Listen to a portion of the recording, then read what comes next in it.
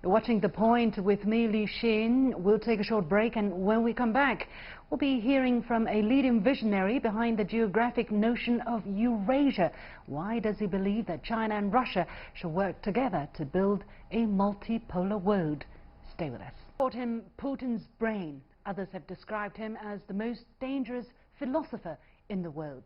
Yet the political scientist and philosopher Alexander Dugin says that his native Russia has simply been pursuing a new path to define who the Russians are and where they're going ever since the Soviet Union collapsed in 1991. While many ex-Soviet republics have sought closer relations with Europe, Russia envisions a different future. To Dugin, this is the concept of Eurasia as a counterweight to American domination and transforming a unipolar system into a multipolar world. Yet, how does Dugin expect China to work with Russia to counter Western hegemony, to create this new Eurasia? How are China and Russia expected to build their relationship to the highest level in history in the meantime? I'm pleased to be joined by Professor Alexander Dugin himself.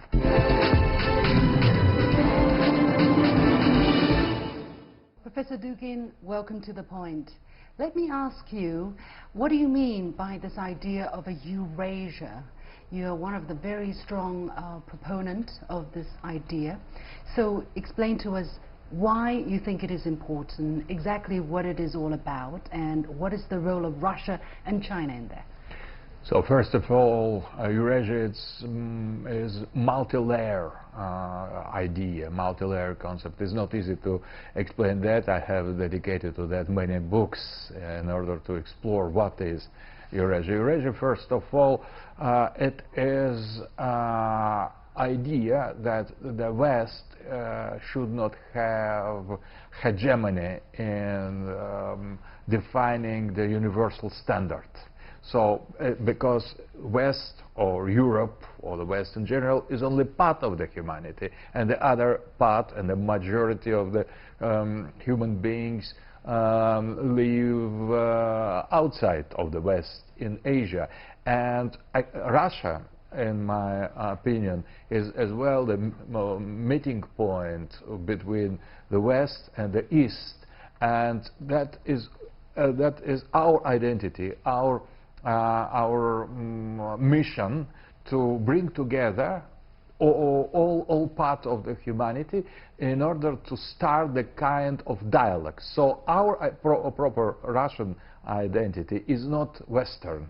We are Eurasianists. But, for example, China or India are Asian countries, Asian civilizations. And that is not the reason to underestimate them. Eurasia is an invitation to restore the dignity of all kind of society, Western and not Western. You put them in the dialogue. Is there a geopolitical boundary of this Eurasia idea? Does it also include Western Europe, for instance? Does it include Southeast Asia, or it's Europe and Asia in total?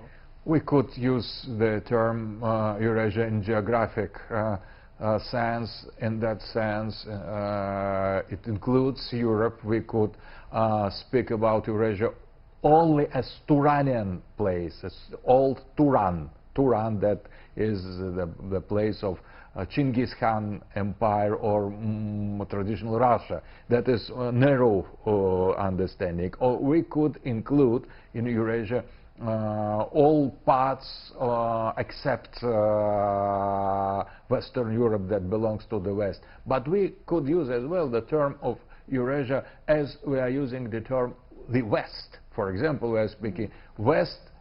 Japan is Western country. So Eurasian, to be Eurasian is to affirm our identity against Western hegemony. In that sense, we could speak about some Eurasianism inside of United States of America, in Latin America, in Africa, or elsewhere.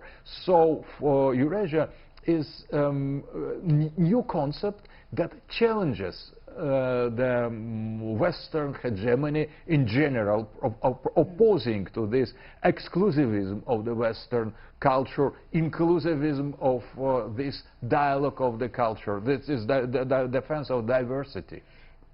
It's not new for other civilizations to want to be at least on equal footing with the Western civilization, and yet to have this at least Central or Eastern Europe together with parts of Asia as one bloc, as one identity. This is interesting. What makes you believe that this is going to work, that there is a common identity unifying these two civilizations, if you will? I think that, for example, in the history, China was the great and independent civilization, not only country, civilization united around itself in the Tianxia concept, the other peoples and cultures. Russia as well was not only ethnic Slav country, that was as well civilization. And now these two ancient civilizations that belongs to as well as India, but let us speak about Russia and China more first, because we represent these two ancient civilizations always struggling to be on the equal relations with the West, that was obviously more aggressive, more active. But now, for example, in the bipolar world, Russia and China, we belong to the socialist camp as well, trying in the modernity to reaffirm our identity and independence. And now we are using these evident crisis and catastrophe of the globalization in liberal way, this crisis of unipolar world and liberalism of the West, we are using now in order to restore our dignity. And I think that now we have two major factors here: the growth of independence of Russia and strategical position of nuclear weapon that is enough to grant to us independence and sovereignty, and huge economic and political and social rise of China. So we have two elements of multipolar world. We have two pillars of Eurasia just now, and the only thing that rests to understand each other for Russian and Chinese. And that is precisely what is going on between our presidents, between our countries, between our peoples. We are in a moment, the crucial moment, we are living in the crucial moment of this emergence of Eurasia, of multipolarity, and at least two civilizations that are ready now to defend our independence and our autonomy. I understand this theory is quite well received by the Putin government, by the Russian government, and it seems that the foreign policy that they're pushing forward is very much in line with that kind of theory that you just outlined. So for the West and for people in the West, what would it mean in concrete terms that there is a rising Eurasian identity to counter the Western identity? I think that we have nothing against the West. We are struggling against Western hegemony. If the West will be the West as such, having its own values, not Russian, neither Russian nor Chinese, but still having Western values, that will be okay, and they will find their own place in this inclusive multipolar vision. But the only thing they should sacrifice, the pretension, ungrounded pretension of universalism of the Western values. The Western values are local, Western, as well as ours. So we need to, they lose only arrogance. They lose their pretension to rule the other they lost their suprematism, cultural racism. They lose in that multipolarity, but they could find their own identity precisely in our project, and that is why we have today the West is splitting, and the serious part of the Western power should reaffirm Western identity. We see that in the growth of populism in Europe that challenges this liberal globalism in the European Union, but we see as well that in the voters for Trump, not maybe in Trump himself, but the electorate, the voters of Trump's voter are much more important than Trump himself, because they have voted for to stop interventions, to concentrate on their own country, and to return to them. For that, in that sense, I think that Trump is Eurasianist in some way, or European populism, that is for Europe, identitarian Europe. They could be considered as well, in large sense, Eurasianist, or, for example, people who want to restore the greatness of India and return to the Indian identity, Islamic identity, African identity, Latin America identity. All there is the real multipolarity that will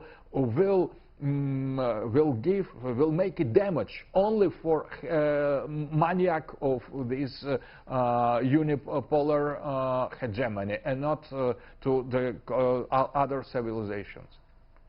Russia is a very important part of this Eurasian. Basically, Russia straddles the two continents, right?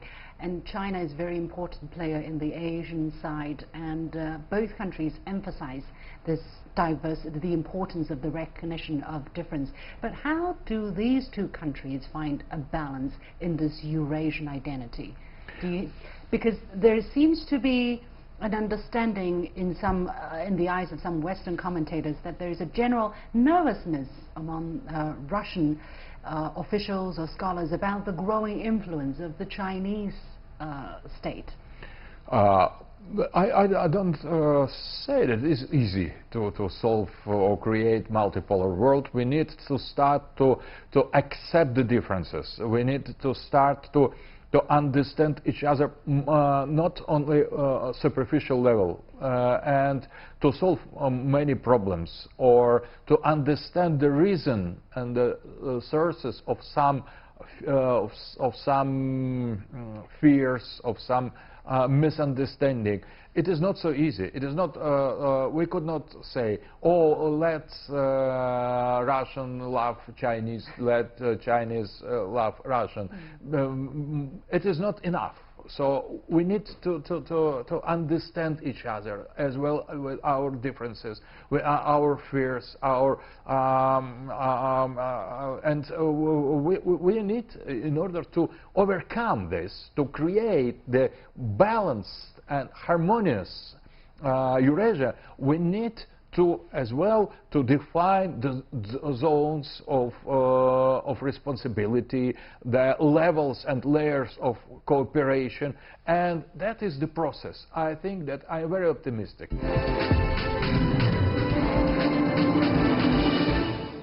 With that, we come to the end of this edition of The Point with me, Lugin. As always, you can follow me on Facebook and Twitter using the handle The Point with LX. Download the application called CGTN to watch the show on your mobile devices, or go to YouTube and look for CGTN The Point. Thanks for watching. You've got the point.